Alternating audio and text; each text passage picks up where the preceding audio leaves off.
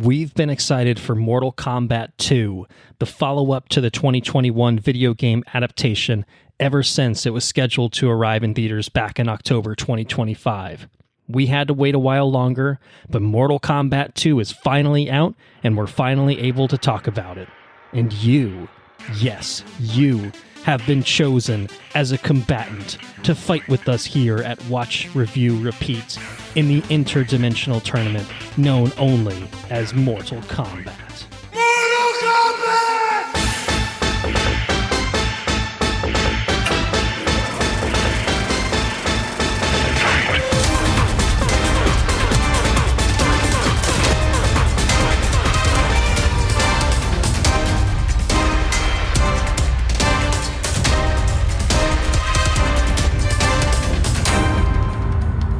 Welcome to Watch, Review, Repeat. This is the podcast where two best friends discuss the latest in film and television and then do it all over again the following episode. My name is Colton Brown, and hey, what are you doing over there? Get over here! Oh, yeah, they got that guy, too. Get over here! Come here! It's Andrew Meadows. It's me. It is me. And I was trying to do a Kano, but I don't know who has Scorpion and Kano in it. A movie called Mortal Kombat 2. Technically also one called Mortal Kombat from 1995, but I don't know if they ever... I don't think I don't know if they ever shared the screen at any point. I'm not sure. I'd have to fact check that. But it's not what we're here to talk about. We're not talking about that 1995 Mortal Kombat movie. We're not even talking about that 2021 Mortal Kombat movie, although it's probably going to come up at some point in the conversation. We are, of course, talking about the 2026 film Mortal Kombat 2.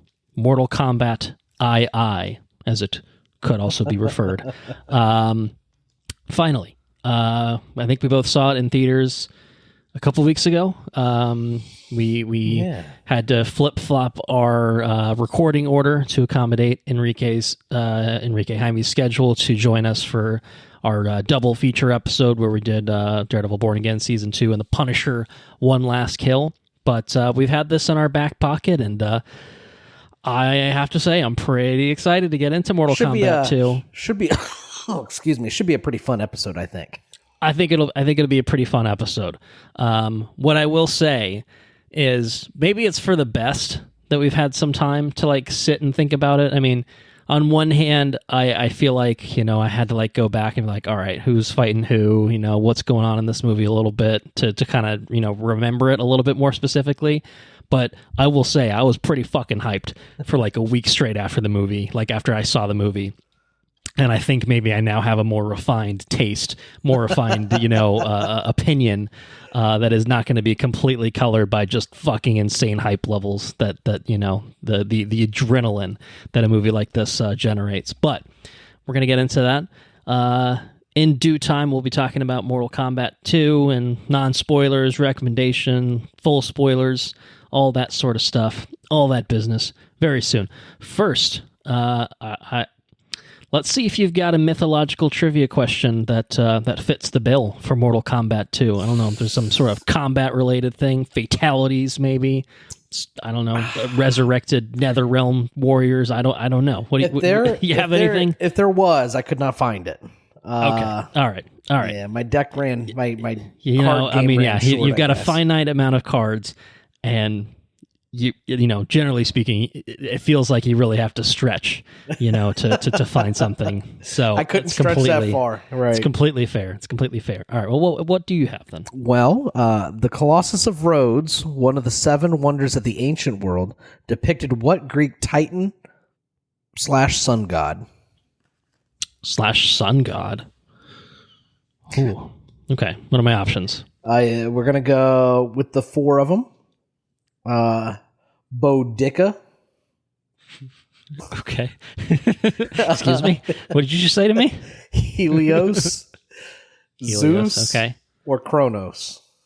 All right. Helios feels like sun god to me, so I'm going to say Helios. It could be a red herring thrown in there, but it just sounded right to me, so I'm gonna lock it in. It's actually Boudica. Is it actually Boudica? No, it's not Boudica. Is Boudica a real thing? I'm hesitant to Google it for fear of what results I might find. But my illiteracy is going to shine through. It's spelled We're going to do it for the pod. Boudicca. CCA. Boudica. It's a lady. Oh my goodness. She was a queen of the ancient British Iceni tribe, who led a failed uprising against the conquering forces of the Roman Empire in AD 60 or 61. So she comes a little bit after the likes of the Titans and the gods. A little further west too, huh? Yeah. So, the more you know. Proper pronunciations probably would be nice too. Boudica? I'm not sure, actually. There's not Boudicca. There's not another I in there. I don't know. No, I don't think it's Boudicca. I think it might be... Boudica. It might just be Boudica. Boudica. Maybe there's a little... disguises it a little bit more. I'm not sure. I'd have to listen to a pronunciation on that one. Hey, maybe there's a sweet, movie or TV show about Boudica that we could check out and have a bonus episode on sometime. There we go. Shore up that bit of history that we clearly are not familiar with. So it was indeed Helios. I think I got very distracted. Yeah, I'm sorry. with the Boudica of it all. It's Helios. Well done, sir. Okay, I got one. I think I'd been missing a couple in a row, so that makes me feel good. Makes the energy really positive, really exciting for something like Mortal Kombat II. I haven't had enough beers to just fully start throwing out, Mortal Kombat 2. I guess I did give everyone a get over here at the top of the episode. And of course, at the very top of the episode, people would have heard the iconic scream incorporated into our intro, which I hope people enjoyed, because I had fun cooking that little remix of our intro theme up. Feeling inspired, huh? Yeah, I was feeling pretty inspired. I did that in the first week of this. After seeing this movie, I was feeling it, man. I was feeling it. I'm still feeling it. We're gonna talk about it, but it's not quite as I can't feel it coursing through my veins. Just the insane hype levels from seeing Mortal Kombat 2. It's dissipated a little bit. I've had to work and had other things happen, of course, but I am still very much excited to get into it, and get into it we shall. Mortal Kombat 2, still playing in theaters right now. The scuttlebutt, the word on the street, is that it will be coming to video on demand on June 9th, which should be right around the corner from when this goes up. I might rewatch it on that date. Yeah, I mean, honestly, if I had the time, I might have rewatched it and probably regenerated those hype levels, and I would be fucking, just going, I would be, breaking this microphone with how much, guttural shouting, even more than we had on that Punisher episode, if that's even possible. The film was written by Jeremy Slater, directed by Simon McQuoid. It's got a big ensemble cast of combatants, spelled with a K, including Carl Urban, Adeline Rudolph, Jessica McNamee, Josh Lawson, Martin Ford, Ludi Lin, Makad Brooks, Tati Gabrielle, Louis Tan, Max Huang, Damon Harriman, Chin Han, Tadanobu Asano, Joe Taslim, and Hiroyuki Sanada. Hiroyuki Sanada being, of course, fucking badass from Shogun. And Tadanobu Asano, too. So we got a couple Shogun boys in here, which is pretty fun. Shogun. In Mortal Kombat 2, washed-up actor Johnny Cage is recruited to join his fellow Earthrealm fighters in an interdimensional tournament against the Outworld warriors led by the tyrannical Emperor Shao Kahn. Shao Kahn. You weak, pathetic fools, I've come for your souls. Isn't that a singer? Shao Kahn? Shaka Khan. Shaka Khan, yes. Who came first? Unclear.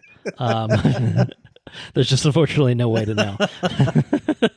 That actually leads me right into my fun fact. Who came first? Shao Kahn or Shaka? No, I'm just kidding. That would be kind of fun, though. I think the answer is Shaka Khan. If I had to take a stab at it, because I don't think Shao Kahn came around until the video game Mortal Kombat 2, which was released in sometime in the 90s. Let's check when it actually dropped. Mortal Kombat 2, 1993, made its way to arcades. That's not my fun fact. I do have a fun fact about Mortal Kombat 2, though, and it actually ties into that fun little remix I did at the beginning, which we I guess we could say we've sampled the song Techno Syndrome. That is the name of the Mortal Kombat theme. You know, what you think of as the Mortal didn't know Kombat that theme. That is a fun fact. It's called Techno Syndrome. It is a song by the Belgian techno duo The Immortals.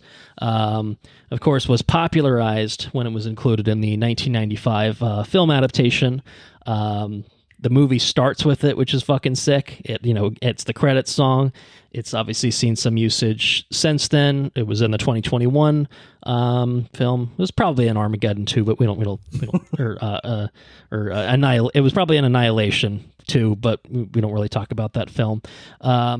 Leave it to Michael Bay to include this song in Michael Bay movie. I don't remember it in there, but it's crazy. No, not Armageddon, Annihilation. The Mortal Kombat Armageddon, to be clear, is a video game, but Annihilation was the sequel. And maybe just maybe there's a remix that made its way into the 2026 film Mortal Kombat 2. But I wanted to share a thing or two about this song here, Techno Syndrome, which is... it was actually originally part of a soundtrack album that came out in 1994 to accompany the home versions of the Mortal Kombat game, which obviously was in arcades first and then later came to those home consoles. It's actually only... This particular song was actually only made by one half of the Immortals. The duo, the Immortals. Yes, this was a song that was actually made by Olivier Adams because his fellow bandmate, I don't know if that's quite the right way to put it, his fellow musician had left for a meeting with his record label, so Adams was left to his own devices and cooked it up on an Atari ST computer. Holy shit. And the signature scream, the Mortal Kombat, is actually itself sampled from a commercial advertising the home console version of the game. The scream was performed by an actor named Kyle Wyatt. And it, like I said, was very, very much popularized by the 1995 film, and it actually reached number 10 on the Billboard 200 charts. The soundtrack did. Wow. Which is pretty cool. I've taken a little bit of a listen. It's super corny. This Mortal Kombat, the album soundtrack. A lot of them are like goofy, very heavily Belgian accented like lyrics, like Scorpion, Lost Soul, Bent on Revenge, like over techno and shit. Like it's actually kind of sick, but it's very corny. The Goro one is like Goro, the Outworld Prince, and it's just like a whole backstory of Goro on over the song. It's fucking ridiculous. I know what I'm listening to. Yeah, have a brew or two and pop this thing on. I wonder if they put it on vinyl. That would be sick. Anyway, that's some information about Techno Syndrome.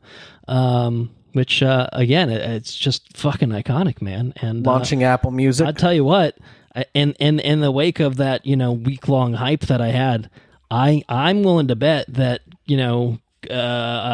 come the end of year, come the end of the year, my Apple Music Rap is going to have Techno Syndrome pretty fucking high up on my most played songs of the year, because I think I sent you a picture of the car dashboard. I had it playing. Yeah. Like while I drove up to the movie theater, hyping myself up for it. I had a hard and fast rule. It's like, there better be some version of this in this movie, or it's getting a 0 out of 10 from me. It's not getting a 0 out of 10, let me tell you that. Techno Syndrome, man. But check it out, Mortal Kombat, the album. I don't know that I would recommend it necessarily, other than as a kind of kitschy sort of novelty thing, but it's Mortal Kombat, the album. It's something. Yeah. All right. Should we do a box office breakdown? I don't know if I did things out of order. Is that normally? No, I think you did all right. We're doing okay. Did I do all right? Okay. Fun fact into box office breakdown. That seems right. I know how these things work. Yeah. No, I did it right. I didn't have the script fully set up. I think I modified a TV show, which of course we don't have box office breakdowns for. So anyway, can we have a box office breakdown for Mortal Kombat 2? Womp womp. Box office breakdown. Don't. Pretty good. Something like that. Yeah. So, this is a sequel to Mortal Kombat 1, which I don't know if you remember, came out in 2021 at a very interesting time. It was one of the few movies one of the many movies that year that was released day and date on HBO Max alongside its theatrical release. Yeah, dark days. Very much COVID times, and it did come to theaters though. And it was a light in the darkness, the dark days. A little bit, yeah. I mean, I feel like we had like that Godzilla versus Kong, but otherwise it was like kind of just like, I don't know. Well, we had the nothing character that was in here. Yeah, but everything else was pretty cool. I mean, I'd take it. Some cool stuff in it. I didn't talk about it on catching up last episode. I guess I could have, but I did rewatch the 2021 film. So I do want to get to that. But okay. Strictly in terms of box office, this one did better than its predecessor. But I say all that to provide the obvious context of course it did. Right. Of course it did. If it had not, then we would have had some real big issues for WB. So the first one did $42 million overall, $84 million worldwide, made $23 million in its opening weekend. This one, on the other hand, tallied up $38.5 million in its opening weekend, running against a budget of $80 million reportedly. Right now, we're about 20 days into its run. It's at $75 million domestically and about $117 million worldwide. So it has gone up from its predecessor. I don't know that it's gone up as much as probably Warner Brothers would have hoped or expected it to. Maybe they should fucking pushed it back by 9 months or whatever. I think that there's a very real argument to be made that they should have stuck with this coming out last October for two reasons. Number one, it would have been your birthday present, and it was incredibly rude of them to still deprive salty you of that. Yeah, and you well should be. You very well should. You had to wait 6 whole fucking months to see this movie? Yeah. Crazy pants. And for what? Previously set to release October 24th of 25, and then ended up getting pushed to May 15th of 26. And for what? I think is correct. I mean, it got sandwiched between like Devil Wears Prada, which was doing quite well. Michael continues to do quite well. It's kind of just gotten lost in the shuffle, I think, of a lot of things that are doing better than it. And maybe it's a simple fact that like Mortal Kombat is a hard rated R. It's got limited appeal. I don't know. It's a niche thing for sure. But that's the kind of thing that maybe would be successful in October, That's true. Yeah. Where maybe there's less competition. Maybe it's, Halloween season. People are up for, something a little bit more gory, a little bit more dark, I don't know. It's not really dark, I guess, but, it's pretty bloody. Yeah, and no, it's just kind of gotten lost in the shuffle a little bit, which, maybe could potentially affect its sequel prospects, Mortal Kombat 3 prospects, but we'll get there too. But yeah, no, just it didn't even finish number one in its opening weekend. I guess I don't think I said that, but Devil Wears Prada 2 literally did better than it opening weekend. And I think that was the Devil Wears Prada 2's second weekend. So, not great. Came in a little under expectations for where it was kind of projected to start. So, again, I don't, probably not a loss, but probably not a resounding, probably not a rousing success, I think, in WB's eyes. So, we'll have to wait and see on whether it's enough to tank the franchise potential, or if maybe, as we'll get into shortly, maybe there should be more of this thing. I don't know. Did you end up rewatching 2021's Mortal Kombat? No, I did not. Seen this? Okay, I know. You said that you would have liked to, but so now you just have the nostalgia. Well, I don't know if nostalgia is the right word either. The memories associated with it, obviously. Right. 2020, 2021, the dark ages. Maybe you weren't.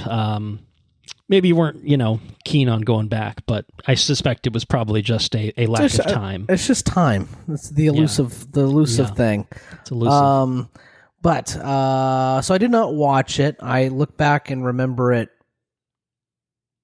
as probably like a 7 or 8 movie, probably like a 7 movie. But a lot of fun. I had fun with it at the time. It inspired me to watch the animated stuff that HBO's popped out. That's right. Yeah, there's like 4 of those, maybe 5. I think there's so. A lot of them now. Yeah. There's 5. I haven't seen all of them, but I think I've seen like 2 or 3 of them. Scorpion, Johnny Cage, Sub-Zero, maybe there's one more. I feel like the Johnny Cage one's very entertaining. It's very good. Very funny. So if you're on the Mortal Kombat train, highly recommend. But and like I said, I had fun with those animated ones.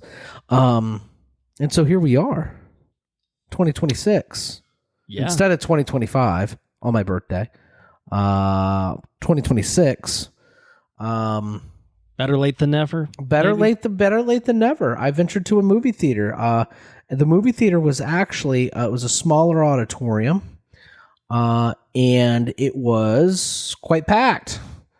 I actually had to sit kind of close to the screen, closer than I've ever. Well, not closer than I've ever sat. I've sat pretty close to the screen before. Did it make you feel very immersed in the action? Did you feel like, oh shit, that punch was coming for me? No. It's okay if it didn't. No. It's not 4D. It's not 4D where your seat is literally, punching you, as the fights are going. Just massaging you. No, but it wasn't as bad. I mean, because the seat reclined, right? So I mean, it was pretty bearable. I wasn't right up on it. I would think I was like 4 rows back, but definitely closer. You know how a lot of time they put the handicap places right there in the front, at the front of the theater or whatever. I was the first row above the handicap seats. Okay. So as long as it's stadium, you're at least maybe in line with the screen. If not, I'm looking up, but it wasn't terrible. Like I said, the theater was packed, and it was a very good theater movie in my opinion, because it's a lot of fun. This movie's a lot of fun. Yeah. Okay. Yeah. So I think that it's I feel like 90% of the jokes landed pretty well with me. I feel like it made me I laughed a lot in this movie. I thought it was hilarious. They played a lot of homage to the video games, more so than I think the first movie did, that I remember anyways. Yeah. Okay. You would definitely know more than that, but it definitely seems more. Well, you played some Mortal Kombats back in the day, right? Well, I can't remember if the first movie, if this movie sequel. Relative to the I mean, I would say so. Yes, I would agree with your. I mean, the point of view character is actually a Mortal Kombat character, so that certainly helps things. But you're allowed to do that. Yeah, right. We're talking about it. I don't know why we got that guy. But that guy is present in this movie. Yeah, he's still in this movie. They didn't completely. They didn't completely just say. Well, it also helps that this movie's actual Mortal Kombat 2, right? That does help. Yeah. So I think probably one of my favorite things, and I don't think it's spoilery. Well, it's not really globe-trotting as much as it is map select, like we get to the stage select. Select. We get all the different levels in this movie. It's the levels. It's the various Mortal Kombat levels. We don't get to all of them, but right. Yeah, no. The only thing that would be better is if they had the faces somehow on like the giant spire, you know what I mean, that you constantly go up every time you beat somebody. Do you remember that in the games? Oh yeah, yes, yeah. I would say, I feel like that, and then there's like the like the living forest where it's the trees with faces and stuff. I feel like it wasn't in this, but they got pretty much everything in there. Yeah, you it's know, pretty like, great. including the weird fucking sky portal place. You know, it's in there. Mhm. Not a spoiler to say it's in there. Why it's in there? Who's fighting there? We'll get to that, of course. But yeah, no, it is very much that. I would agree.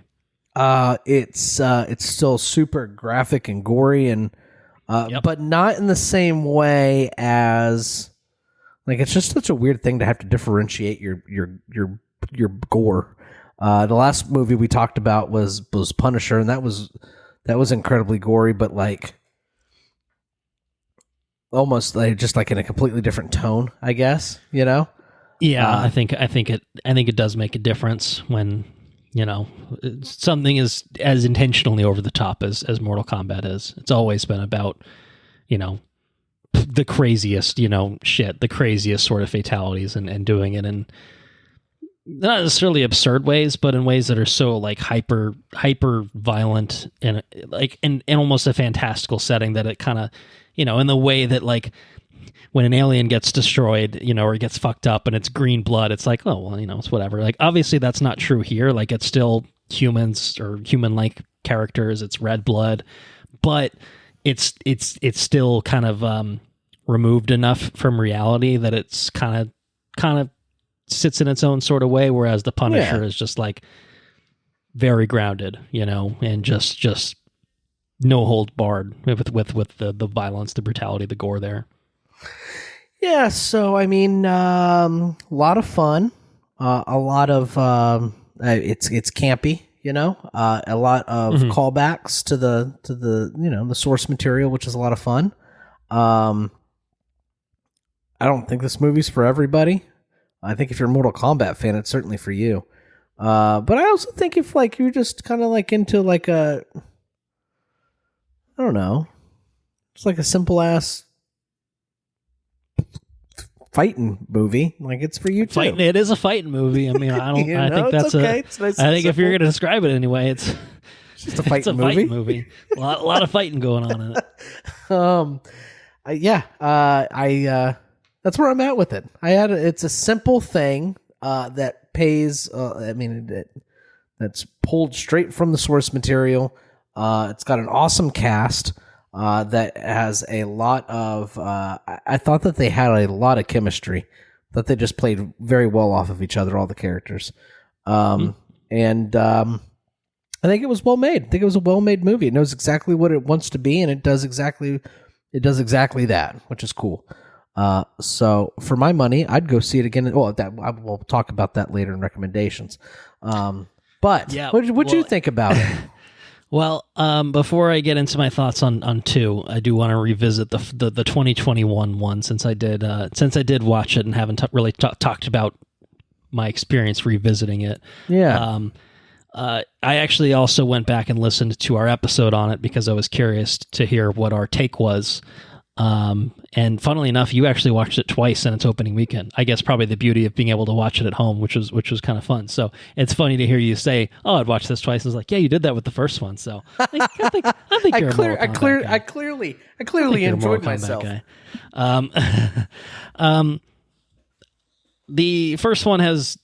I actually think I had all the same complaints that I had with the first one. And that. You know, like in revisiting it, like all the things I said on the podcast in 2021, I still feel the same way about.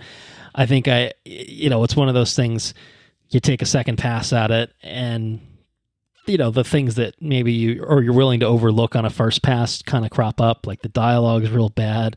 There's certain things about it, like the treatment of its characters, like Goro is like wasted and is like a real bad CG creature. There's definitely aspects forgot about of it. Goro. Yeah. The woman that plays Sonya, is genuinely terrible in that first movie. You know, there's like things in it that I'm just like, you know, and then, yeah, there's 3 things that I identified that like really I didn't care about that were like bizarre changes from the source material that like felt like unnecessary additions. And those were, I don't know if you'll remember this, the idea of Arcana being like the source of the power. And then there were these little tattoos that, you know, showed that you were designated as a fighter for like Earthrealm or for whatever, so you could participate in Mortal Kombat. And then there was this fucking guy Cole Young, who's this fucking guy?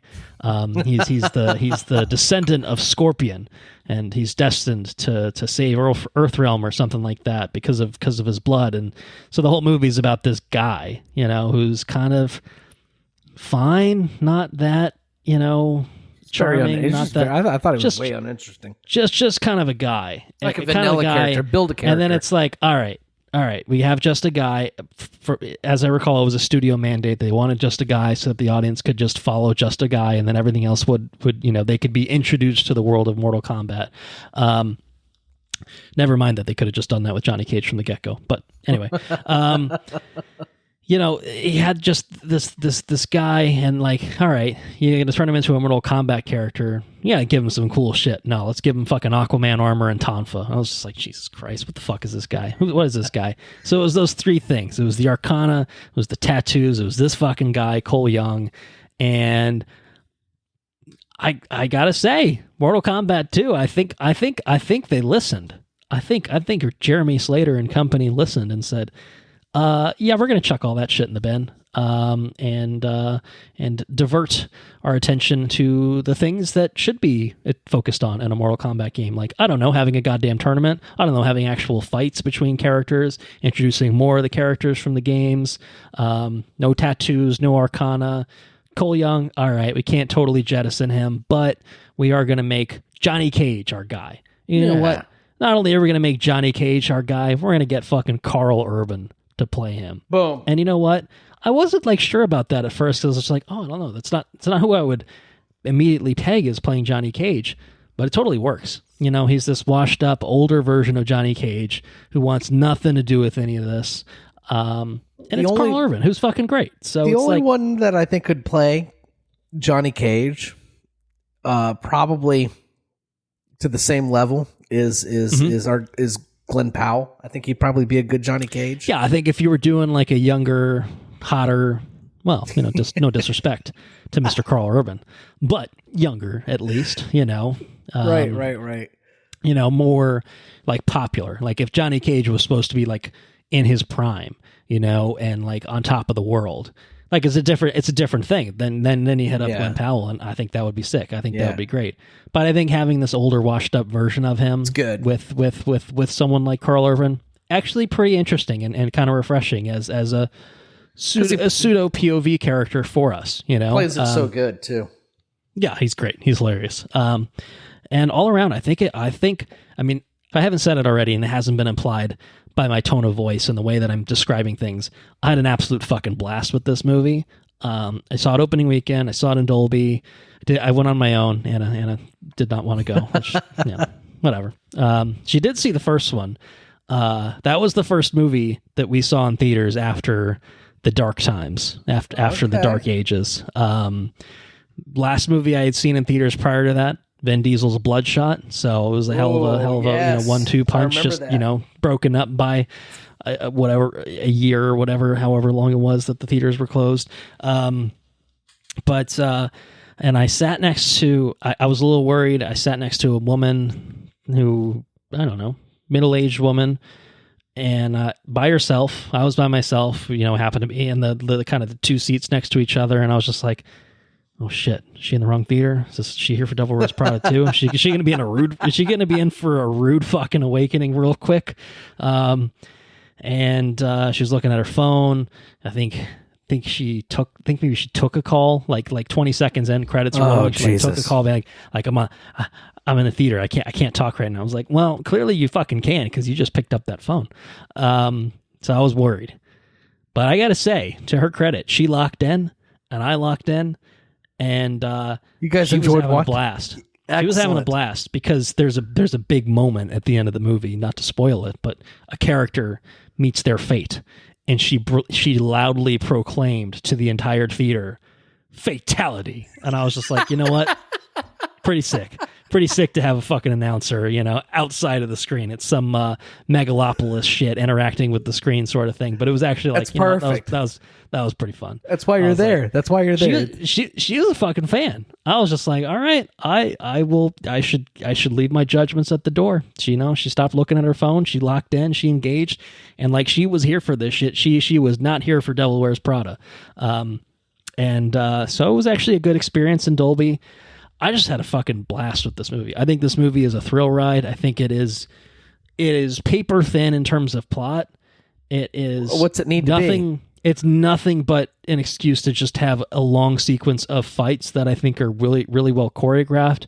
To have some pretty brutal, make you squeamish kind of fatalities, and I think to do right by these characters. I mean, I'm a big fan of the games. I'm a little behind on the games with the recent ones, and I'll talk about that later in catching up.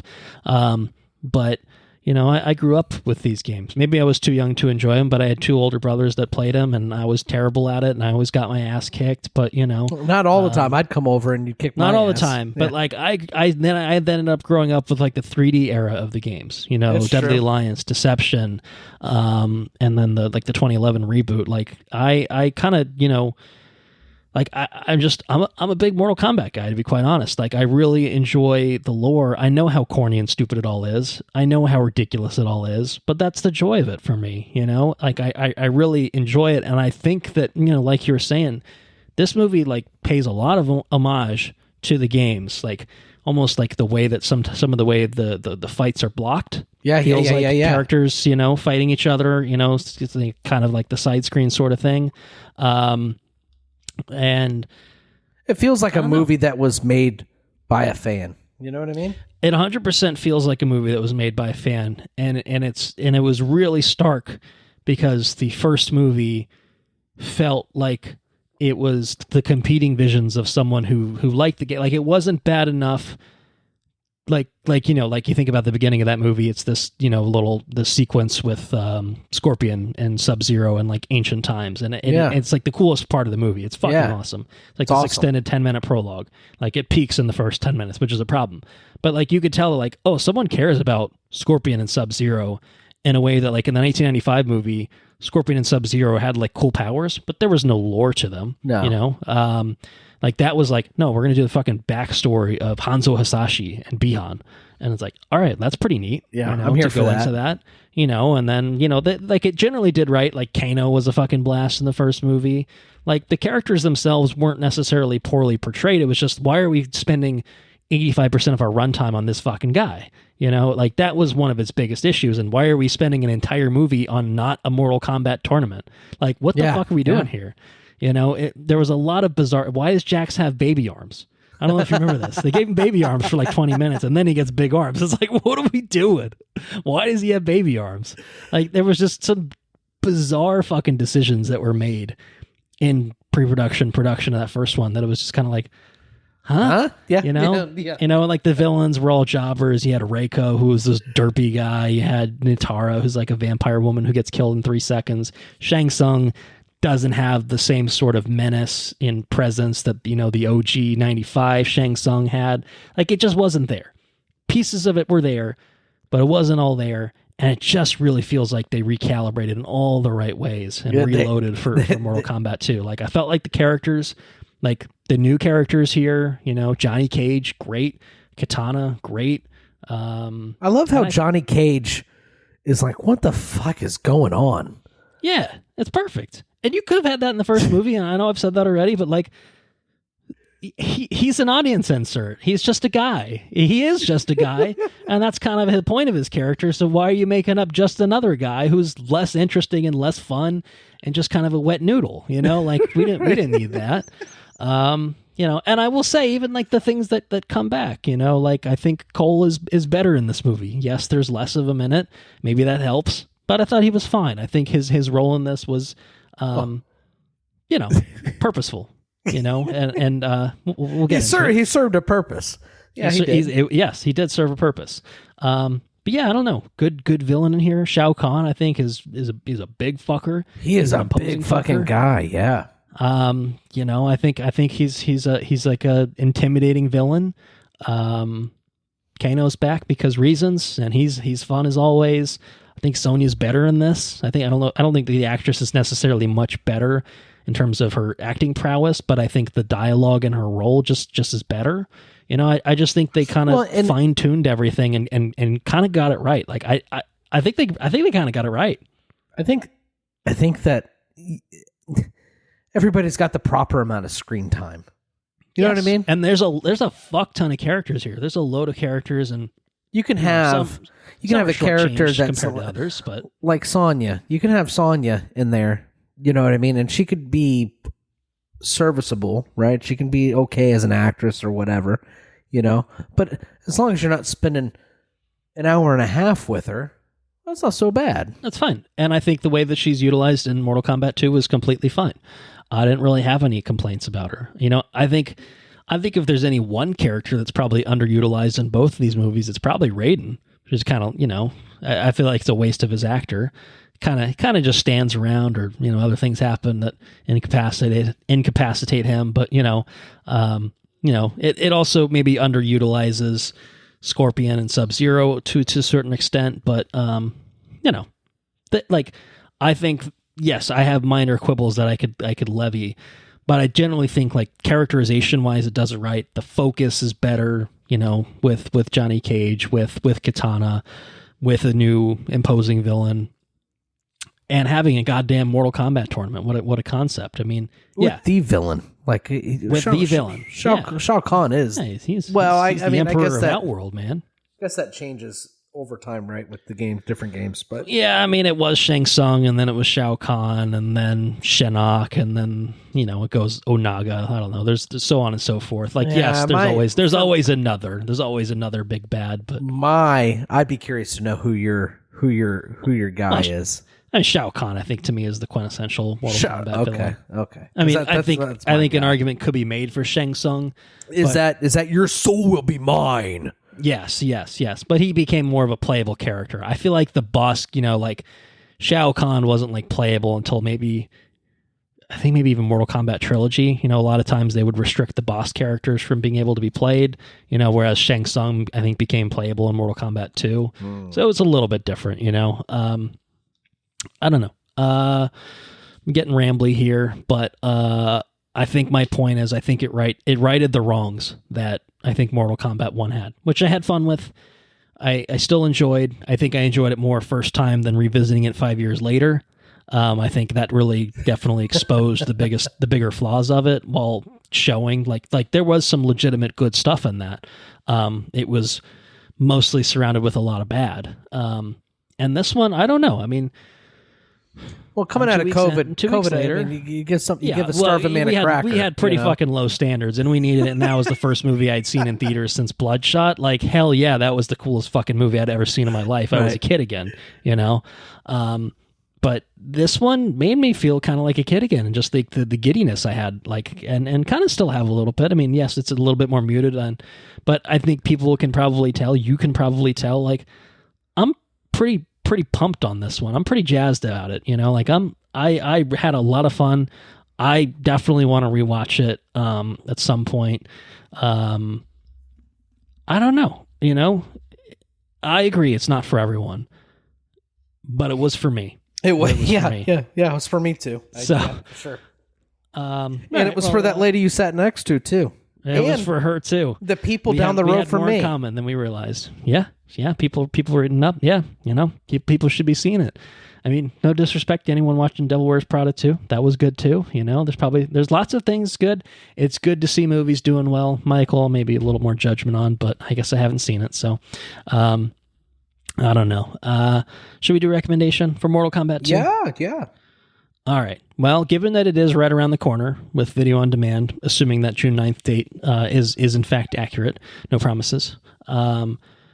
I don't know. Do you think people should still take an affirmative step and go see it in theaters? Or do you think that maybe waiting for VOD or even HBO Max in a month or two is maybe the way to go? Or until someone pays them to watch it, you know, would you go that far? I think that this movie is, if you know going in that it's a stupid fun movie, I think you're good. I think you're going to have a lot of fun with it.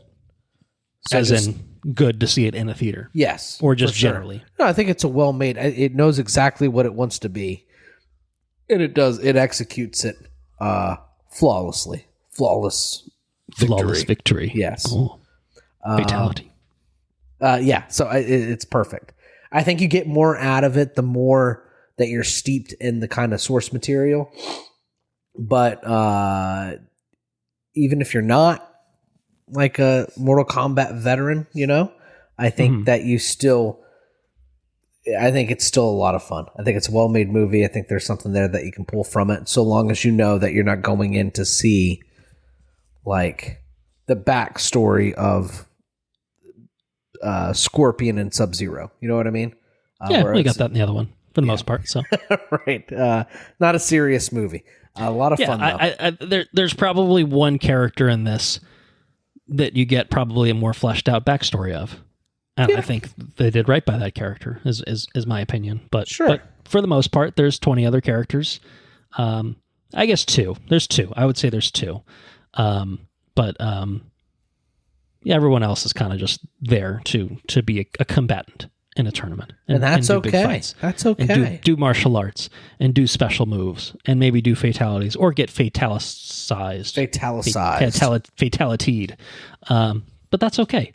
All right. So I think I'll agree. I mean, I think essentially the point is if you know what you're getting into, perfect.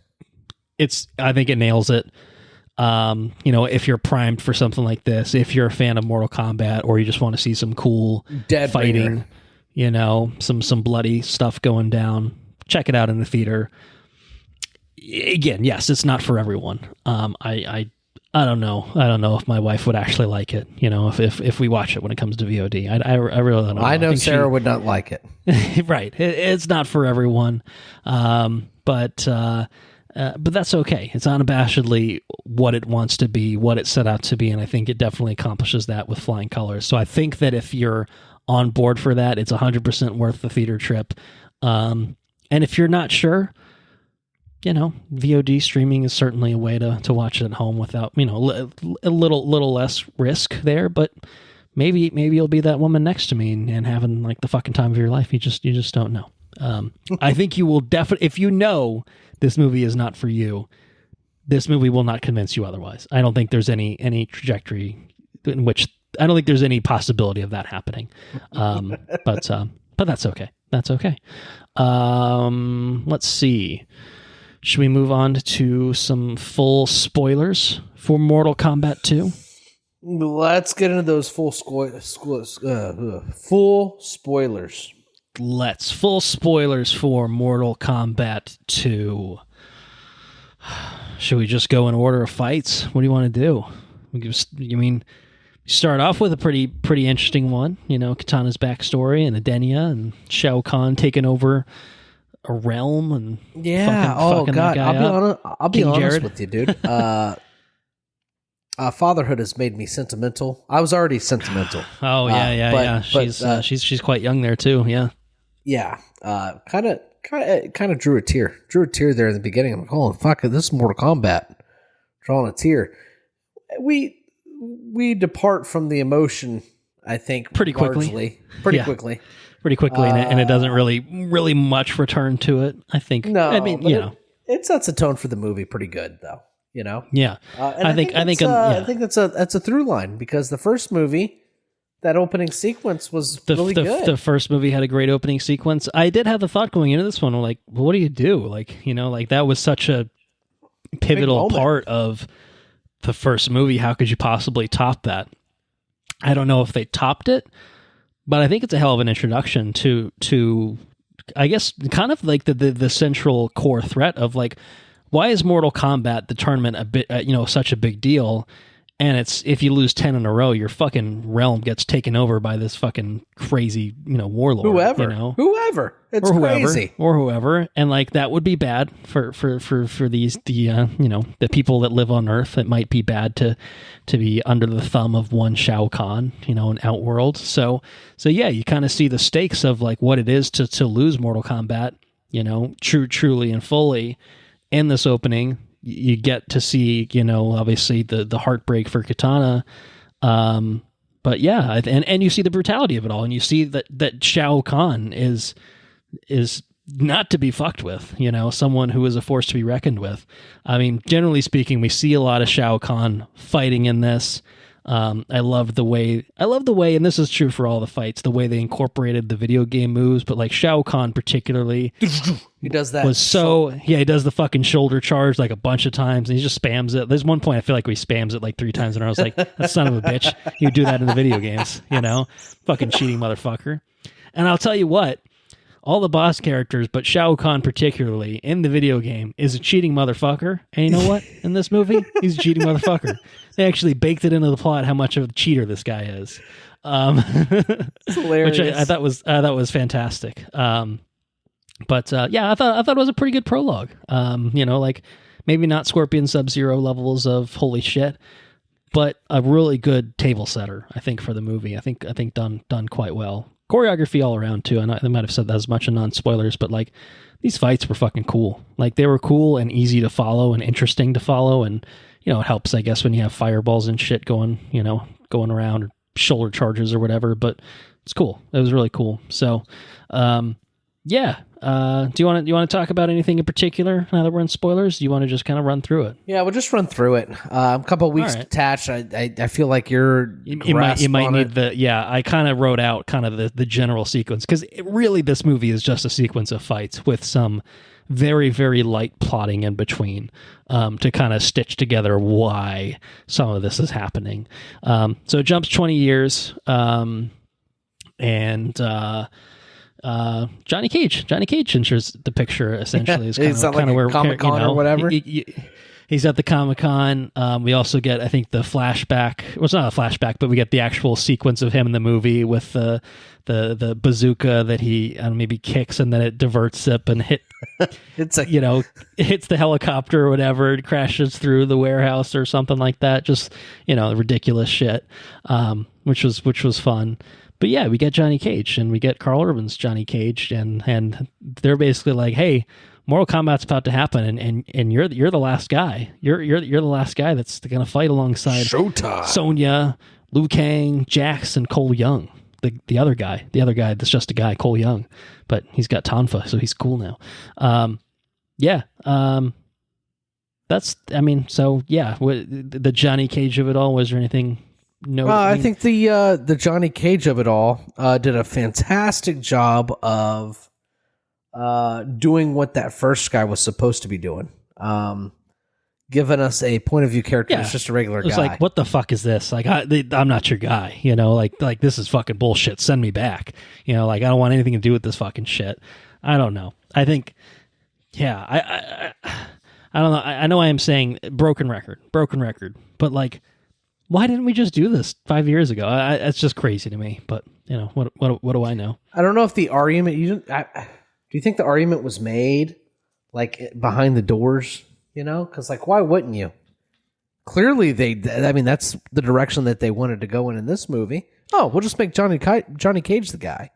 Yeah, let's course correct and make him the guy. I don't know. I think it was a studio mandate in the first place, but I don't know. Maybe it's just suits. Suits are fucking stupid. You know what I mean? Like, yeah, we got to make a Mortal Kombat movie, but we have to make it understandable for everyone to enjoy. I'm like, look, not everyone is going to enjoy or see Mortal Kombat. It's just a reality. You have to grapple with that and like recognize it and be like, some movies are just not meant for everyone, and that's okay.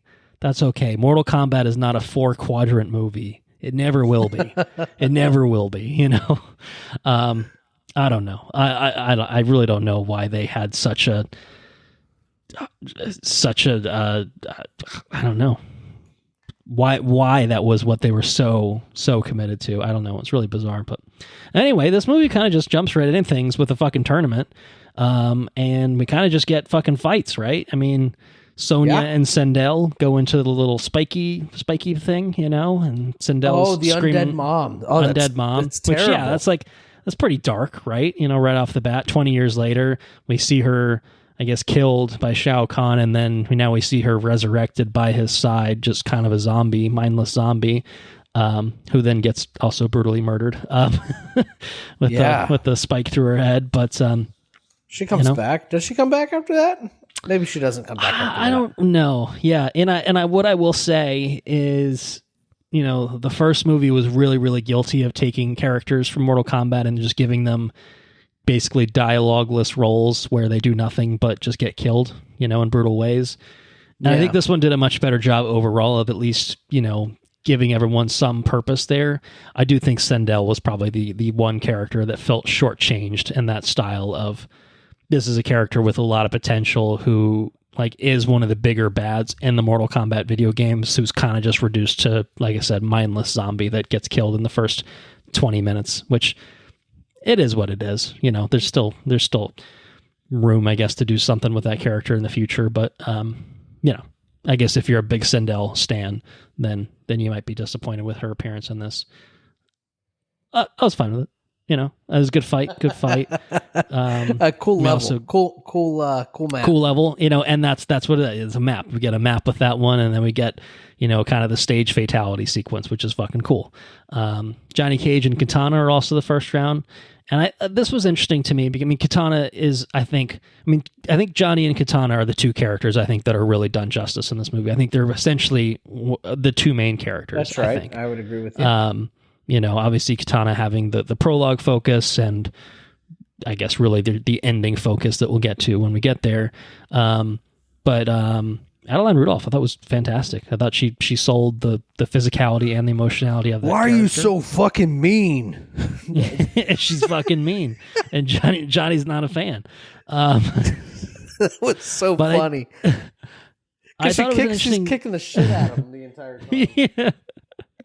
Well, I thought it was an interesting storytelling decision for Johnny to, obviously he's going to be resistant. He's going to think it's all silly and all ridiculous and be like, what the fuck is this all about? This must be a joke. I must be in a coma. I must be in a dream or whatever.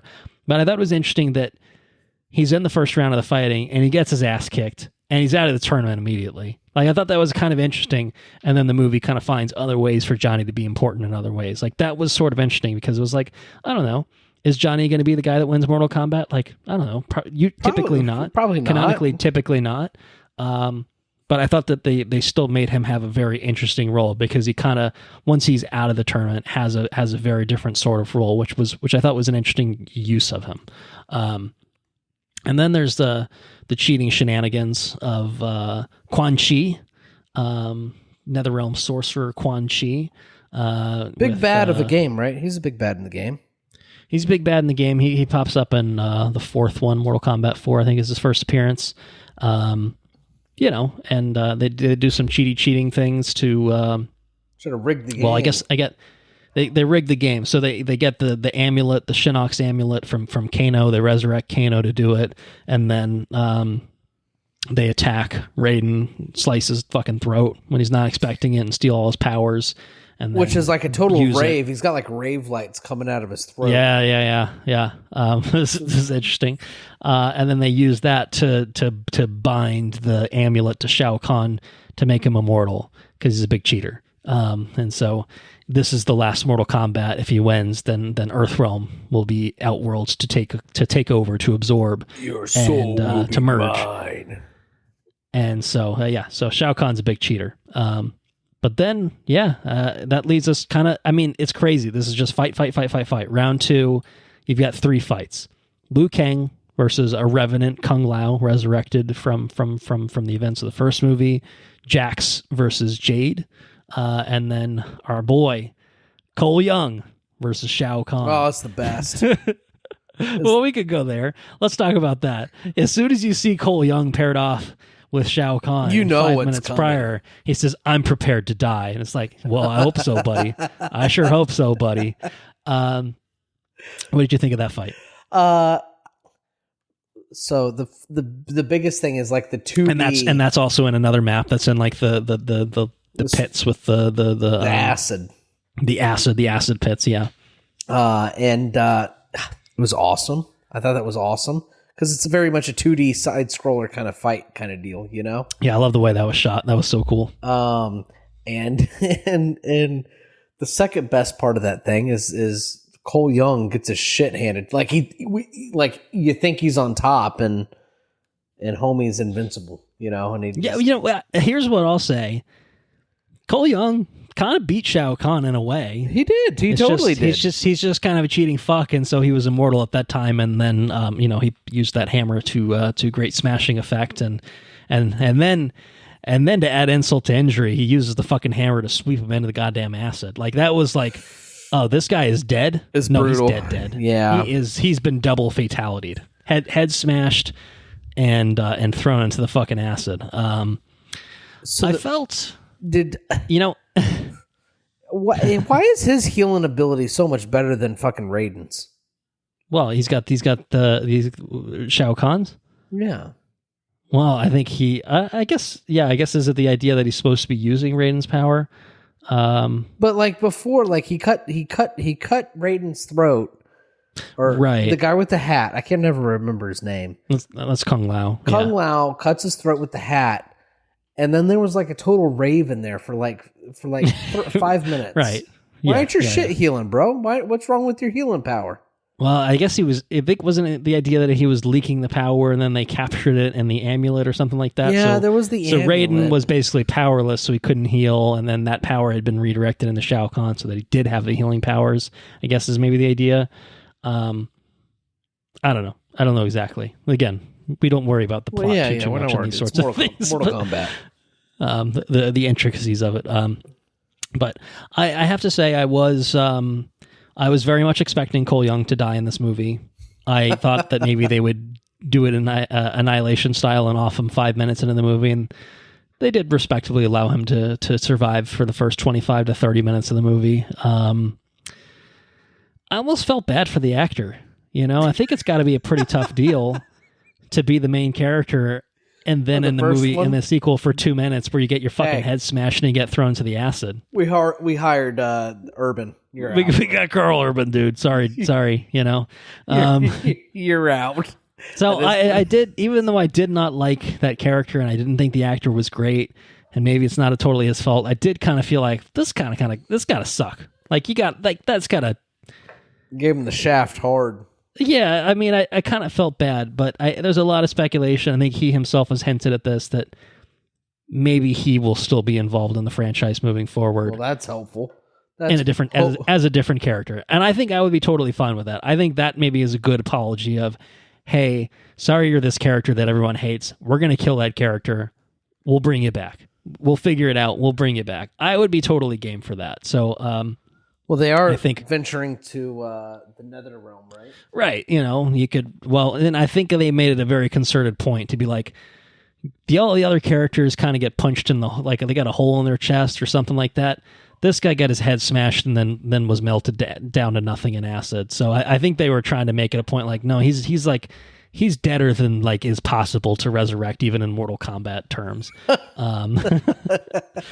But I've seen speculation that like maybe his soul could be part of Ermac, you know, or because he's a descendant of Ermac's the red ninja. They're all just fucking ninjas. They're either male ninja, female ninja, and then it's just a different color. Because Rain's purple. There's purple Rain. But they had the robot guys, right? The robot guys, Noob Saibot, Cyrax. Well, Smoke is a robot. Noob Saibot's kind of a different thing. He's not quite a robot, but see, I forget. It's been too long. Yeah. So he could be Ermac. He could be a Scorpion. He is the descendant of Scorpion. It would make sense for him to be some maybe incarnation of Scorpion. But a lot of people have speculated he looks a lot like Kenshi. The actor looks like Kenshi, blind Kenshi, which, you know, maybe wouldn't make sense for why he would look exactly like Cole Young. But yeah, bring him back. That's fine. Throw him a bone. You've dumped this character. I think you gave him a win. He did kind of beat Shao Kahn, but Shao Kahn cheated, and then he smashed his head and threw him into the acid pits. And like, okay, end of Cole Young. And also, like, this is Mortal Kombat. People are gonna fucking die. This guy was perfect cannon fodder, you know, to be the guy that dies. So, good choice. Good choice for me. What about Jax? Jax and Jade. No, Jax and Shao Kahn rips his fucking arms off. Yeah. Jax bites it, I guess, later in the movie too. Shao Kahn, man, he's well, I don't know. Shao Kahn, I feel like, you know, brutalizes Jax. I feel like he takes it pretty easy with Sonya. I don't know if he's sweet on her. I don't know what's going on there, but you know, he kind of just smacks her a little bit and knocks her over, you know, and she's like knocked out. He definitely pulls his punches here and there. I'm not really sure what that's all about, other than we didn't want to kill Sonya in this movie. I don't know. I think maybe the martial arts wise, I think the standout fight for me was Liu Kang and Kung Lao fighting. I thought that was awesome. Oh, that's the one where he falls on the hat, right? He falls on the hat. Yep. Yeah. He jumps back and then pulls him onto the hat. Yeah. That's the fatality at the end, which was brutal. But I think the actual preceding fight was really well done. I think it's probably one of those things where when you have two people that are trained in martial arts doing martial arts on screen, it maybe looks a bit more convincing and a bit more real. It's pretty cool. So I think credit to those two, Ludi Lin and Max Wong. I think we're both and I think that was cool. I think story wise was interesting to have, Liu Kang versus kind of a fallen brother of sorts. Was how about also impactful. Not Liu Kang? What's the brother's name? Kung Lao. Kung Lao. Wait, no, not Liu Kang. No, it's Liu Kang. Liu Kang's which the one? fucking Liu the Kang. dragon. Yeah. And what's his lineage again? I'm sure they explored it in the first movie. I can't remember. Liu Kang? Yeah, he's like the son of the dragon or some shit that he talks about in this movie. Yeah, something like that. I don't know exactly. Is that just a thing? It's a Mortal Kombat thing. We kind of ignore that. Yeah, it's just a Mortal Kombat thing. I mean, he's I don't know. He's a Shaolin monk, but I don't really know. I don't remember I don't know exactly the connection to the dragon. I don't think he's not quite Iron Fist. He's not plunging his heart into, plunging his fist into the heart of the dragon so that he gets. He's not quite that. But he's clearly got this power. Yeah. Anyways, I thought he was a badass. This movie. Very much a badass, but for sure. He too, also, I would say unexpectedly meets his demise. Well, he kind of gave. He's like, "I'll be back." Yeah, it's very much, this is on to the next adventure sort of thing. But I did think that, again, traditionally Liu Kang is kind of the guy that wins the Mortal Kombat tournament. And I just kind of assumed they would go that route. And they didn't, and I thought it was interesting. We'll get into who wins Mortal Kombat when we get there. But other things were Baraka. Baraka's in this. Got a fight with Johnny Cage that ends with a friendship, which was kind of fun. I mean, I guess probably kind of boiling it down to the last kind of big fights. I think you kind of have it split off into like these two big fights of Kitana versus Shao Kahn, which is kind of obviously deciding Mortal Kombat. Kitana fighting for Outworld, renounces Outworld, takes on an Earth realm. They get the things that light up in the sky, and it says, "Oh, we've got one more fighter. Fuck yeah, let's go." Meanwhile, in the fucking Nether realm, you've got Johnny Cage, Kano, and Scorpion fighting Bihan, or as he would be referred to in the video games, Noob Saibot. Who is the resurrected Sub-Zero from the first movie. So you kind of have those two kind of big things happening, and I thought both of those were standout fights. I mean, I think they all ended with, I guess, pretty impressive fatalities. I think Noob Saibot's fun because you kind of have the split where you have the shadow, version of him fighting in one space. Yeah, constantly. There's some fun Lord of the Rings jokes in there. I definitely thought they were going to cast the amulet into the fire to see what happens. They didn't quite go that way with it. But some badass Scorpion get over here shit. But Kitana versus Shao Kahn, I thought was appropriately brutal. And then the fucking fan fatality that she does with cutting his fucking head up in a few different directions, I thought was it's awesome. That was good. And I just think actually having Kitana kind of be the hero of the story, I thought was really nice, really interesting, right? And I think kind of inspired a little bit in a way that none of the games I don't think have really quite taken it to that level, to that extent. She's usually. I thought she's always a villain, right? Well, I think she's traditionally kind of the same thing. Starts as a villain, but kind of changes allegiances at a certain point. But she's never really, I think, been the main character in this sort of way. It's always kind of been Liu Kang or whatever. And I thought that was it's not even necessarily a subversion or anything, but I just think a good decision, a smart decision, in the way that focusing your movie on Cole Young was a bad decision. I think focusing your movie on Katana and then as like kind of a close enough to, I think in terms of screen time, in terms of presence, Johnny Cage is probably there with her. Like, I think Johnny Cage probably has more screen time if you like do the math on it. But I think story-wise, importance-wise, really it's Katana's story. You know, it starts with Katana's story, it ends with Katana's story, and in the between, it's kind of her, you know, coming to grips with obviously the reality of her situation and you know, seeking to again change allegiances, help Earthrealm, and prevent Shao Kahn from doing to Earth what he did to her home.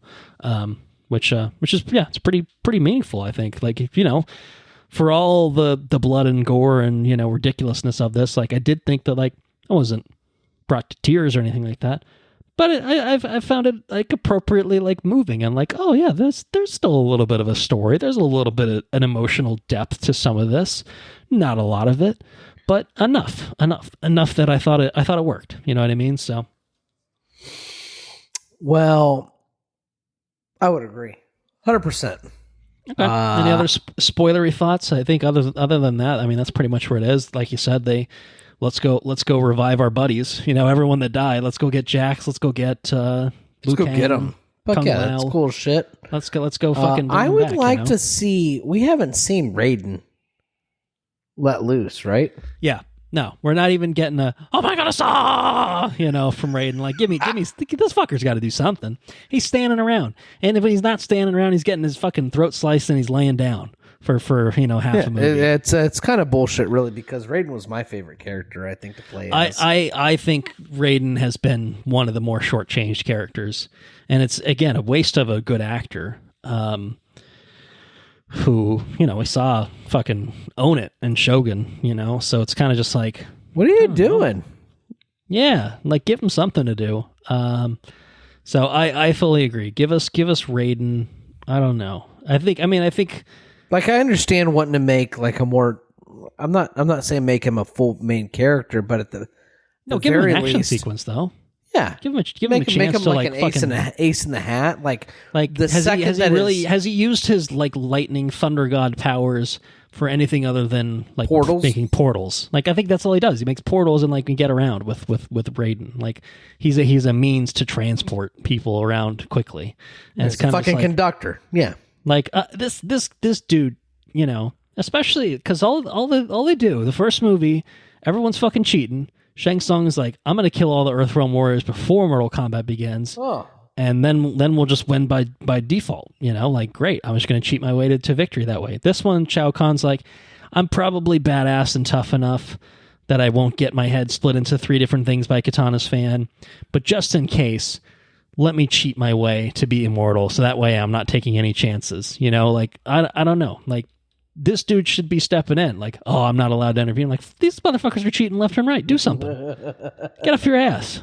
You know? Like, what do something, doing? man. What are you doing? Go down to the Netherrealm and help everyone out, you know? He's not doing anything. Yeah, I do want to see more Raiden in the future. I would 100,000% agree with that. I think I'm just content to see more characters, you know? I'm just content to see more. I just want to see more Mortal Kombat in this vein. Like, yeah, I don't need any more make a character shit. Just do this again. You know, it doesn't. I mean, it's kind of funny because, like, in the games, you have the first game, which is a tournament, and then the second game is a tournament, and then the third game, they're like, all right, well, we can't quite do a tournament again, so we'll change it up a little bit. And then from that point, it kind of breaks from the confines of it must be a tournament every single time. I think because of, like, I think it would be silly to just do another tournament again. Like, I feel like that's a very video gamey sort of thing that may not work totally well. But like, there's a whole thing in like Mortal Kombat 3 is an Outworld invasion. Like, Outworld's like, fuck you, we're just going to invade an Earthrealm and take it over by force is kind of that. Like, I think something like that could be interesting. Or the stuff with the Netherrealm, which is kind of Mortal Kombat 4. Like, that stuff could be pretty neat to explore. You know, it's an opportunity to see different. Which one is Outworld? Yeah. Well, I mean, it's what Shao Kahn is the emperor of. Okay. I think probably if there's any one thing that the movie, and this is true of the first one too, we don't see enough of the realms. We know what Earth is because it's Earth. The Netherrealm, I think, is always just kind of just fireplace. Although it was kind of interesting, I guess, in this one because you kind of saw it. I think it was this one. Maybe it was the first one. Was it this one that like it's like beautiful and serene initially, and then it's a fiery shithole? Or is that the first one? Yeah. No, I think Shao Kahn came to Katana's place and turned it into like a fucking I can't remember exactly now. I might be conflating the two movies, but either way, we need to see more Netherrealm. We need to see more of like the places outside of Earth to get a sense of like what's the stakes here. Like what would it be like? So I think it seems like that's the direction they would go in a potential third. But it sounds like the potential third. We're going straight to the Netherrealm, which is right. I thought it was hilarious how they the guy that resurrected Kano. Mm-hmm, yeah, Quan Chi. Now I know he was a big bad in one of the video games too. Mm-hmm. But they made him a complete joke in this movie, and I thought that was hilarious. Yeah. I feel like Shang Tsung wasn't really super menacing either, so I kind of feel like they might need if they're trying to present those two as maybe bigger villains in the future, then they'll need to be a little bit more. Well, I feel like more menacing, perhaps, but. Shang-Chi, the one in charge, I guess. I feel No. Oh, fuck. Well, it actually is funny because the one that was combine in them, the room, they are Shang-Chi. Not quite Shang-Chi, but close enough. Well, the one that was in the room when the one that was sucking Raiden's soul out. Yeah, that's Shang Tsung. He's the bigger bad than the guy that was made the joke of. Yes, okay. I would agree. Okay. Yes. So I don't know where I was getting at with that, but well, I guess if you're going to make him the big bad of three, as he sort of was in the first one, then maybe that's fine. And Quan Chi can still be kind of a sniveling little, kind of guy. If you want to do it that way, like an Igor, like that kind of guy. Yeah, I thought that was pretty good. But maybe the third movie, he's tired of being an Igor, and he kind of steps up a little bit. Who knows? Yeah, maybe we'll get Shinnok, the fallen elder god. I don't know. There's just so many places. Shinnok is the Aztec guy, right? No, I think you're probably thinking of Kotal Khan, maybe. I don't know. That's what I'm thinking of. Oh, that's definitely what I'm thinking of. Which one's Shinnok? There's a lot of characters. Shinnok was the villain of the fourth game. He's an elder god that was fallen. He's the whole thing. The amulet in this is Shinnok's amulet, the one that they bind to Shao Kahn. His whole thing, I think, is. He was an elder god who went bad and was banished, and basically his whole thing is coming back to fuck everyone over and take over the world or whatever. Oh, I pretty remember standard. Shinnok. That's like some. Things. He's got a big red hat. I don't know. Yeah, if you're looking him up, I am. He's got a red Mr. Red Hat, as I think probably the best way to describe him. I remember Shinnok. What game is he from? Well, he was in 4, but then I think they brought him back for Mortal Kombat X. I guess 10. I think it's X, but whatever. And, yeah. He's been around for some other things too. But yeah. I mean, if they need a new big bad, I think Shinnok's probably the most obvious choice. Okay. Yeah, but what do you face off against Raiden? Yeah, I mean. Hey, you got a fucking elder god, that is now your villain. Like, hey, Raiden, if there's ever a time to stop making portals and start fucking fighting, engage in some Mortal Kombat, it might be right about now. That'd be my thunder god, dude.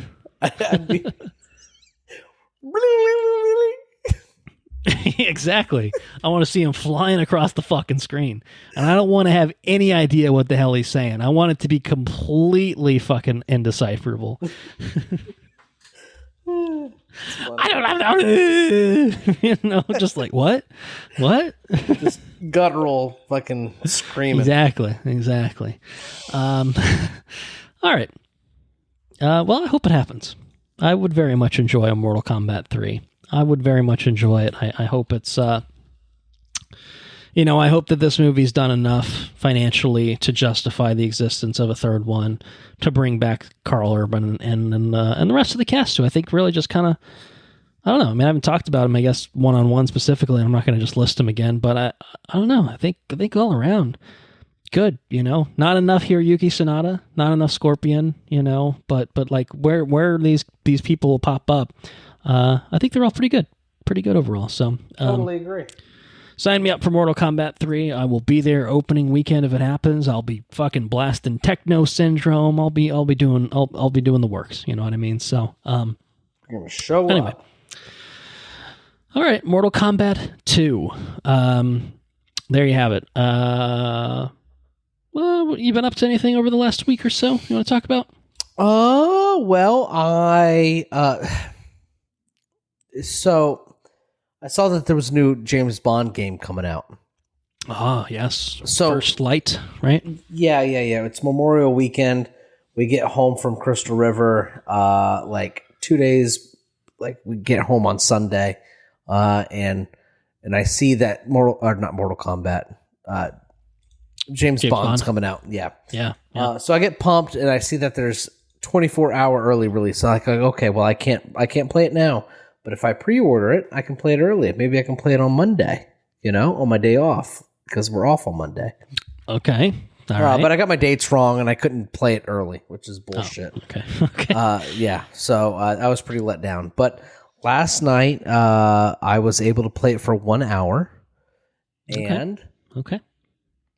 How was your 1 hour? I'll tell you, it's pretty great. I get vibes that it's kind of a Uncharted game. I feel like it's Uncharted meets Hitman, and I played Hitman before. I mean, the same developer as Hitman, so naturally it would feel like that. So, but yeah, not crazy for it to feel similar. Yeah, I mean, there's just a lot of options for how to conquer a certain space, and I feel like that's a lot of fun for a James Bond game. And I'm hoping. So it's been a long time since we've had like a good James Bond game. It's been it's been a while. I feel like it's been like 15, 20 over years. I would say at least a decade since we've had been much of anything. And the James Bond games are cool because they're like mainly linear cinematic experiences. They're pretty fun to play through. Something like Hitman, there's a lot of choice on how to do a thing. It's pretty open. Not a lot of people definitely not linear. A lot of people find that fun. I get lost in it, and I kind of don't finish the shit. Give me a little bit of structure. Give me some walls. Yeah, right, exactly. So I'm hoping, and from the first prologue level, I only played an hour of it so far. It seems very much kind of that, right? Like you have the freedom, but at the same time you have the walls, right? So I'm hoping good balance. Yeah, I'm hoping that there's like a linear path for me to follow so I can finish it.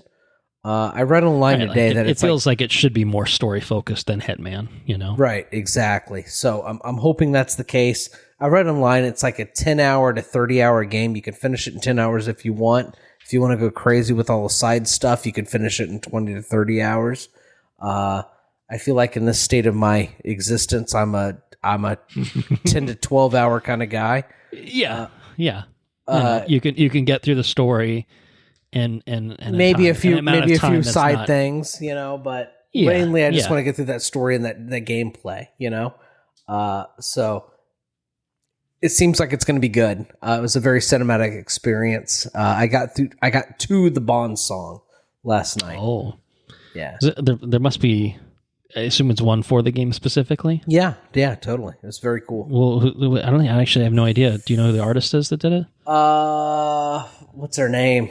I think it's Lana Del Rey. That's an artist, right? Oh, is it? Yeah. Lana Del Rey. Okay, maybe I have heard about that. I think it is. I think that. All right. Well, that's fun. That's cool. Yeah. Oh, very cool. Very cool. Very excited. And then it comes you, out of it. Yeah, it gets me fucking pumped. Like if I wasn't here recording it's like I didn't say it, but Techno Syndrome 2026 is in Mortal Kombat 2. It's the credits song. You get fucking hyped when the Mortal Kombat song plays. You get hyped when you get a fucking James Bond song playing. It's cool. It's cool. And then it comes out of the James Bond, and then James Bond like walks into MI6, and like he's like, "Hey," and then like the lady at the front desk is like, "Hey, you know what are you here for?" And he's like, "I'm James Bond." Blah blah blah. It's like, oh, that's cool shit. I'm here for it. You know what I mean? It's cool. I do want to play it. I feel like there's a lot of games that I want to play. I never played that Indiana Jones one, but I feel like that kind of has like a similar cinematic feel to it. That one, I started that one. I downloaded the demo. You can download a demo for that game, and it's pretty cool. And I got into a little bit, but I didn't continue enough to like get hooked. I lost the Steam. So I bought this game, so I'm not losing the Steam. I'm gonna. You're invested now. Yeah, I'm gonna finish it. Literally, financially. Yeah. But all right. Well, I look forward to hearing more about it as you get. Yeah, I feel like I'm good for like one video game every like 1 or 2 years. I feel like I don't play a lot anymore, but I would like to play a lot more than I currently do. Absolutely. But time is our enemy. Unfortunately, I think the trick is not to play like I got into that Arc Raiders game. Then that's just a time suck, and then you don't know when to turn it off, and then it's been 2 hours, and you're like, I could have been playing a single player, I could have been playing a story driven game, but and something to get something out of, right? I had fun for an hour, and then I got frustrated for the next hour. I don't know exactly. I don't know if I'm here for that anymore. But I'm definitely here for James Bond. So very nice, cool. Yep. What else have we done? I started Maul. Which is a Shadow Lord.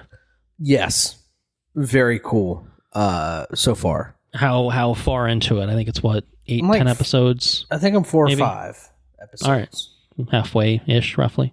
Yeah, and it's very good. Nice. Much in the same way, like that one season of Clone Wars was super good with Maul. You know, there's like a very compelling arc. This feels like a very condensed, compelling arc. So I'm very here for it. I'm very excited about finishing it.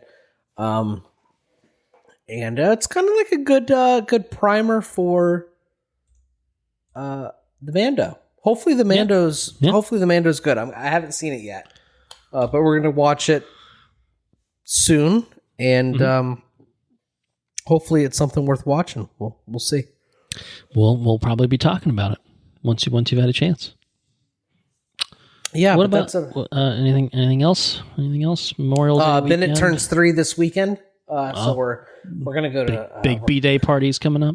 We're gonna go to Dinosaur World. Oh, okay. Keep it in hushed tones. Yes, everyone. Please do not tell him. We're gonna go to Dinosaur World on Sunday on his actual birthday. Saturday we have a big birthday party. Did I tell you how cute it is? The parents are texting that the kids are coming.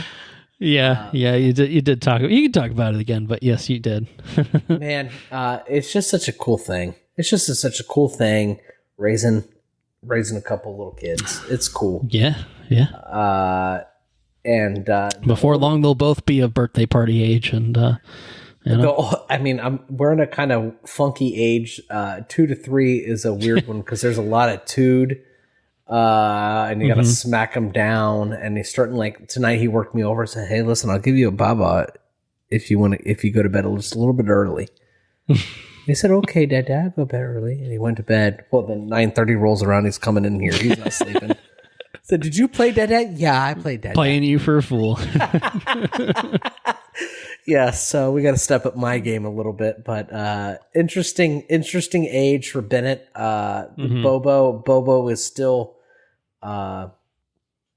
Bobo's funny because I'll turn around and he'll think that he's getting around me, you know, but he's not properly crawling yet with his like knees and his legs. He's still like kind of like army crawling, but he does it really fucking fast.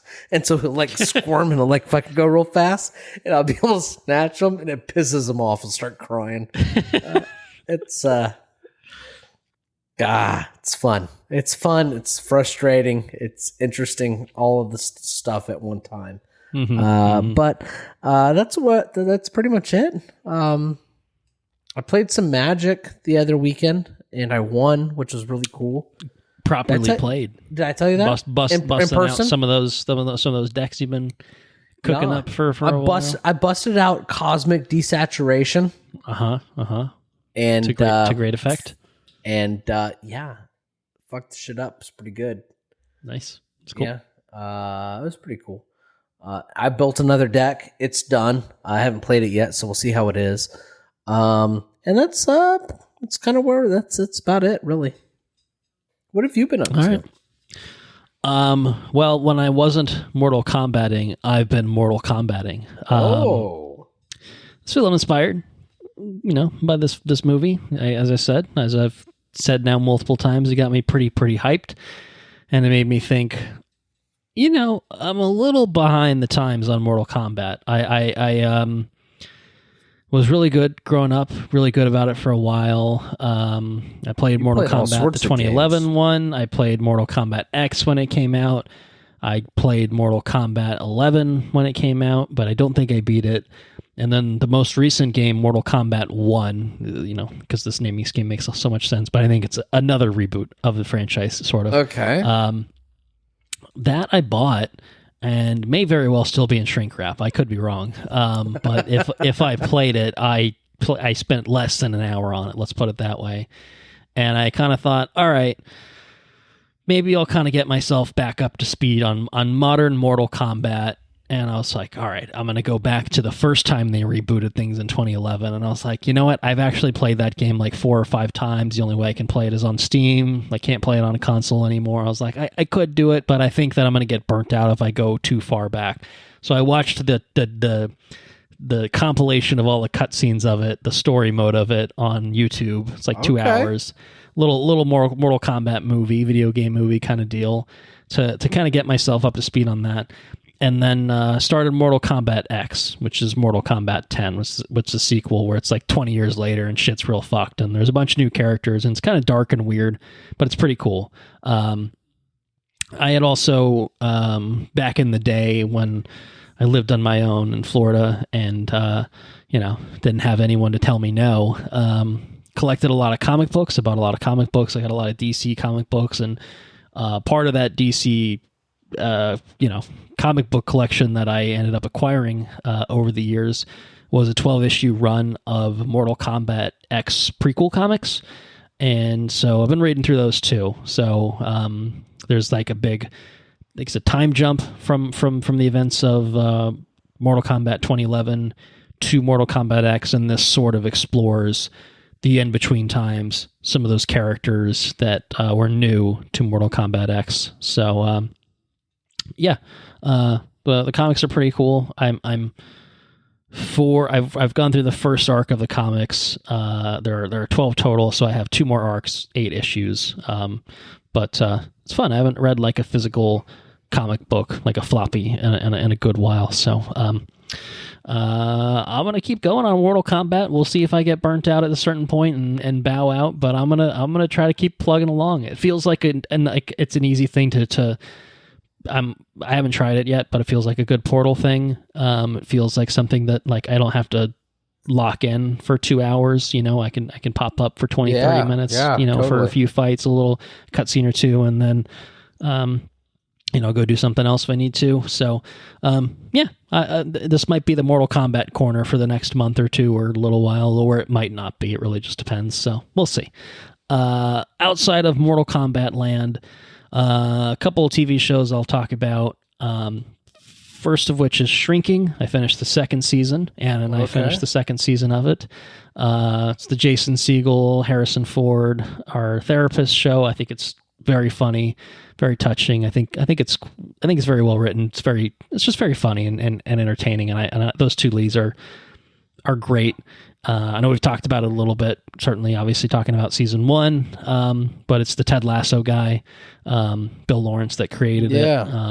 The 2nd season has Brett Goldstein in it, who I think also helped create the show, and neither of us realized that until this season. It's very good. Would definitely recommend. I having not seen Ted Lasso, I think you would probably enjoy it because it's probably some crossover energy, but you'll be delighted to learn that once we finish season 3 of Shrinking, which is the most recent season that started earlier this year and just wrapped up, I think, a month or two ago, we're going to fire up Ted Lasso. It's going to be our next comedy. Dude, you just fucking wait. Season 4 is coming in August, so it feels like the perfect time to watch it. Season 4 is coming in August. We'll have to talk about it on another episode of Brews News and Previews, because I think there's a trailer out. I don't think we talked about it. Oh my god! Oh my god, indeed. That was kind of the big thing for TV, but we're also in the midst of the final season of ER. We have not finished season 15 of ER. It's been okay so far. I think we're 6 episodes in. I bring it up not only just to say that we're watching it and we're almost to the end, and that means that we're almost to the pit, but because the most recent episode we watched was really, really interesting from a holy shit, it's that guy standpoint. So Angela Bassett is one of the big cast additions to the final season. She takes over as the chief of the ER. Okay. And what do you know? A patient that gets wheeled into the ER, and I think episode 6 of season 15, played by none other than Chadwick Boseman. No way. Yeah, young Chadwick in the ER with his future Wakandan mother, which was really, really interesting. So that was That's really a big one. It was really, really interesting to see. And he was good, you know. I don't know if that was his first acting credit. I mean, you know, one of the fun things about watching ER over the many years that we've now been watching it is seeing all the famous actors who obviously, you know, stuff like George Clooney is like obviously gone on to do big things, but like, you know, the people who show up for one episode, you know, and then like, oh shit, you know, that's like someone that got this as maybe their foot in the door for acting, and then, you know, has blossomed into having a great career. And obviously Chadwick is certainly, you know, an actor that had a far too short career, but a very, very meaningful, very impactful one. So it was neat to see. It was you know, bittersweet, obviously, but very cool. Yeah. So I think we've got. I think we're under 20 episodes left of all of ER, and then oh man, that'll be that. So getting there, we are getting there. I think that's it. I have seen a movie, but it's a movie we're going to talk about probably on another episode, so I won't talk about it here. You know what? I did do a Chip and Joanne Gaines. They did an episode last year. They got a Colorado house. It's on the HBO. It's pretty good. But then that's officially it for me. All right. Well, that's officially it for me as well. Thank you all for listening. If you enjoyed what you heard, please spread the word. We are on Patreon at patreon.com/watchreviewrepeat and get early access to all of our regular episodes, timed exclusive access to any bonus episodes that we put up there, like Jason and the Argonauts, which is our current bonus episode available right now exclusively to our Patreon supporters. We are, of course, looking forward to the Odyssey in July, and July! It's right around the corner. We're getting there. We're almost to June. It's June by the time this episode's available, so we're just over a month away from the Odyssey. By the time you're listening to this, it's not quite 2 months. We're under the 2 month mark from when we're recording this, so that's pretty exciting. But yeah, we did Jason and the Argonauts. We did the Disney Hercules prior to that. Maybe we'll do one more. I think we probably still have time for one more to do Odyssey related, or Greek mythology related, if nothing else. But yeah, if nothing else, check out our Jason episode by supporting us on Patreon. Our website's watchreviewrepeat.com. We are on a lot of the socials. If you go to our website and get links, otherwise you can, look them up on each platform. So we are on Instagram at watchreviewrepeat. We're on Facebook at facebook.com/watchreviewrepeat. We are on Blue Sky, watchreviewrepeat.bsky.social. We're on YouTube as well. I think videos all get posted over there if you want to comment and listen/watch that way. Watch a static image that way. That's totally cool. If you have any questions, comments, or suggestions, if you have something to say and want to send it our way, we would encourage you to do so. Send it to watchreviewrepeat@gmail.com. We'll talk about that on another episode. If you send something I'll just say, if you send something that's worthwhile, just send something. We'll talk about it. We'll see what you got to say. We'll say something about it. Yeah. So give us something. Our show was produced by Anna Mattis.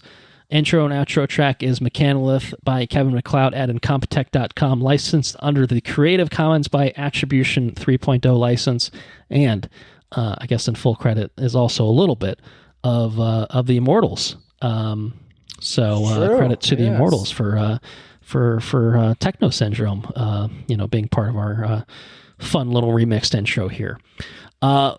We I think have two options for our next episode, and it's kind of contingent on when Mr. Meadows makes his way to a movie theater. But if we're covering a movie theater movie, I think it's going to be The Mandalorian and Grogu. Oh. And if we can make that the first episode in sequence, then I think that's maybe the goal. If he needs a little bit more time to make his way to a theater because he's busy with birthday parties and the like, then we're due for some Brews news and previews. We didn't do one in May because we did the CinemaCon episode in its place, and so we got a lot of TV trailers to talk about, Ted Lasso and such, but certainly some other movie trailers that have come out since that we probably haven't talked about since the CinemaCon episode. So it'll be one of those two, I think, and I can't tell you which order it's going to be, but I think we're gonna do both regardless. So got a couple good episodes I think to look forward to, and then we're fully in June. I don't know what else is coming out. Supergirl's the end of the month. There might be He-Man. I don't know if that'll be a theater trip for us. I don't know. Jared Leto as Skeletor. I could probably put money on it.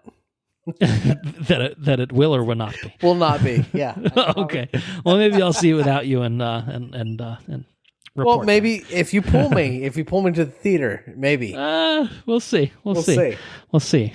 But anyway, point being, Maul's an option. We can go back to Maul. Spider Noir just dropped. We've got lots of things out there that we can talk about. But, we'll cover what we can, what we have the time for. Time, again, is the enemy. But Mando, Brews News and Previews, I think we can make those happen.